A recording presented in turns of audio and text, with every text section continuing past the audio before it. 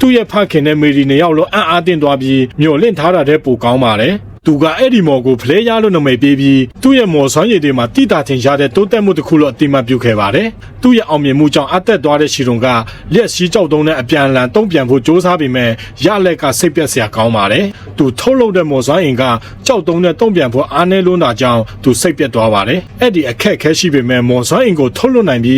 းသူ့ရဲ့တိတ်တီးမှုနဲ့ပုံတံကိုထိန်းချုပ်နိုင်စွာရခဲ့တဲ့အတွက်ရှီရွန်ကပျော်ရွှင်ခဲ့ပါတယ်။ပိုပြီးရှိထိုးဖို့ဆုံးဖြတ်ထားတဲ့ရှီရွန်က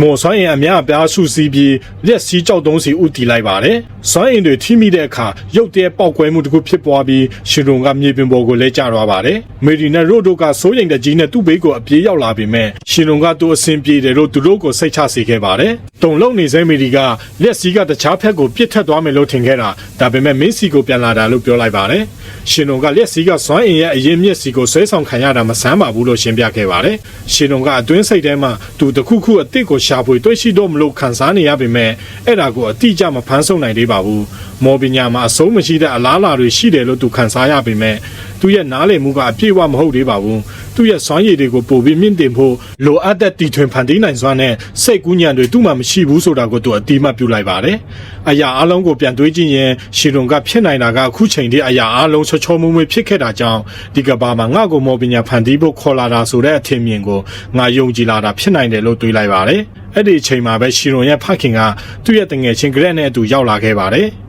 သူတို့စပွဲမှာထိုင်ပေမဲ့ဂရက်ကထူးထူးခြားခြားစိုးရိမ်ပူပန်ပြီးမျက်နှာညိုးနေတာကိုရှီရွန်တတိပြုမိပါတယ်။ရှီရွန်ရဲ့ဖခင်ကသူ့ကိုလှည့်ပြီးမင်းလက်စီတတူရိုင်းကိုဘယ်လိုထုတ်ယူခဲ့လဲဆိုတာကိုမှတ်မိသေးလားလို့မေးလိုက်ပါတယ်။ဟုတ်ပါတယ်လို့ရှီရွန်ကပြန်ဖြေလိုက်ပါတယ်။သူ့ရဲ့ဖခင်ကခေါင်းညိတ်ပြီးဂရက်ကိုလက်ညှိုးထိုးပြကကောင်းပြီလေဒီလူမိုက်ကမင်းရဲ့နီလန်းကိုတုံးပြီးထုတ်ယူဖို့မဖြစ်နိုင်ဘူးလို့ယူဆထားတဲ့လက်စစ်တပ်တူရိုင်းကိုထုတ်ယူခဲ့တယ်လို့ပြောလိုက်ပါတယ်။ဂရက်ကစီရွန်စီကတင်ယူခဲ့တဲ့နီလန်းကိုတုံးပြီးလက်စီတပ်တူရိုင်းကိုထုတ်ယူခဲ့ပြီးအဲ့ဒါကိုအမျက်အစွန်းရနိုင်တဲ့လုပ်ငန်းတစ်ခုအဖြစ်ပြောင်းဖို့ဆုံးဖြတ်ခဲ့ပါတယ်။အပြစ်ရှိတယ်လို့ခံစားရတဲ့ဂရက်ကရှီရွန်ကိုတောင်းပန်ပြီးမင်းရဲ့စိတ်ကူးဖြစ်ပေမဲ့မင်းကိုမတိုင်ပင်ပဲလက်စီတပ်တူရိုင်းကိုမောင်ကိုလုပ်ပြီးချမ်းသာချင်တာလို့ပြောလိုက်ပါတယ်။ဒါပေမဲ့ရှီရွန်ကတင်းငိမ်စွာပြန်ဖြေလိုက်ပါတယ်။အဲ့ဒါနဲ့ပတ်သက်ပြီးပြဿနာရှိတယ်လို့ကျွန်တော်မထင်ဘူး။ရှီရွန်ရဲ့တုံ့ပြန်မှုကြောင့်ဂရက်ကအံ့အားသင့်သွားပြီးဒါပေမဲ့မင်းရဲ့ခွင့်ပြုချက်မရှိပဲမင်းရဲ့စိတ်ကူးကိုငါရဲ့အကျိုးအတွက်တုံးခဲ့တာလို့ပြောလိုက်ပါတယ်ရှီရွန်ကအဲ့ဒါကကျွန်တော်အတွက်အရေးမကြီးပါဘူးလို့ပြောလိုက်ပါတယ်အဲ့ဒီအချိန်မှာရှီရွန်ရဲ့ဖခင်ကဝင်ပြောပြီ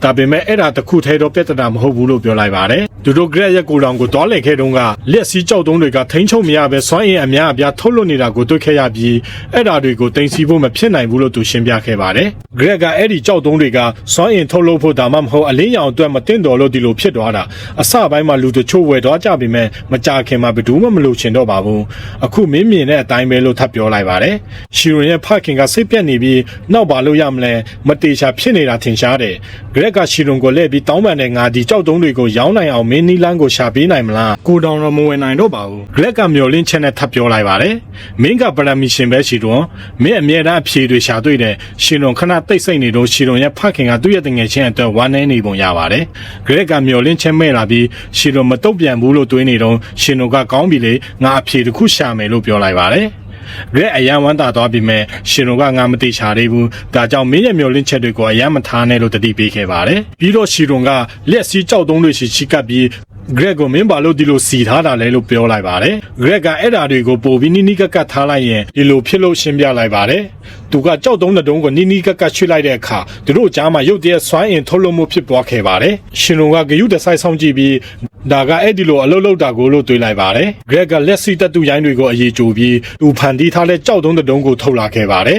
်ရှင်လုံးကအဲ့ဒီနှစ်ခုကိုနီးကပ်ထားလိုက်ရင်စွမ်းအင်ထုတ်လို့တာဒါမှမဟုတ်မိပွားထက်တာရှိလားလို့မေးလိုက်ပါတယ်ဂရက်ကမင်းကိုယ်တိုင်စမ်းကြည့်နိုင်တယ်လို့ပြန်ဖြေလိုက်ပါတယ်ရှီရွန်ကအရေးကြိုထားတဲ့ကြောက်တုံးတဲ့တုံးကိုဖိကတ်လိုက်ပေမဲ့ဘာမှမဖြစ်ခဲ့ပါဘူးဒါဆိုလက်စီတက်တူရိုင်းကိုပြုပြင်လိုက်ရင်ဒီလိုဖြစ်တော့ဂိုးလို့ရှီရွန်သူ့ကိုယ်သူတွေးလိုက်ပါတယ်ပြီးတော့ဂရက်ကိုကြောက်တုံးထဲမှာစွမ်းအင်ပဲအစ်စ်မှာပျောက်သွားတာလဲလို့မေးလိုက်ပါတယ်ဂရက်ကခွဲလိုက်တုန်းကစွမ်းအင်နည်းနည်းတော့ရှိတယ်ဒါပေမဲ့အရေးကြိုတဲ့လုပ်ငန်းစဉ်မှာပျောက်သွားတယ်လို့ပြန်ဖြေလိုက်ပါတယ်ရှီရွန်ကခေါင်းငိမ့်ပြီးလုပ်ငန်းစဉ်ကိုနားလည်သွားပါတယ်သူကသူ့ရဲ့မိချစ်ကိုထုတ်ပြီးစမ်းသပ်မှုတစ်ခုလုပ်ဖို့သူမရဲ့ဖခင်ကိုခွင့်ပြုချက်တောင်းလိုက်ပါတယ်သူ့ရဲ့ဖခင်ကမင်းလိုအပ်တာပါမဆိုလုပ်နိုင်တယ်လို့ပြောပြီးခွင့်ပြုလိုက်ပါတယ်ရှီရွန်ကသူ့ရဲ့ဖလဲရမော်ကိုတုံးပြီးမိတောက်ငယ်တစ်ခုကိုညှိလိုက်ပါတယ်ဂရက်ကအံ့အားသင့်သွားပါတယ်ဒါပေမဲ့ရှီရွန်ကတည်ငြိမ်စွာမင်းရဲ့အလုပ်ကိုဆက်လုပ်ပါလို့ပြောလိုက်ပါတယ်ဒါပေမဲ့ဂရက်ကသူအခုလေးတွေမြင်ခဲ့တာကိုလစ်လို့မချနိုင်ပါဘူးရက်ဘာမှမဖြစ်ခဲ့သလိုမလုံးနဲ့မင်းလက်ထဲကနေမီးဘယ်လိုထွက်လာတာလဲရှီရွန်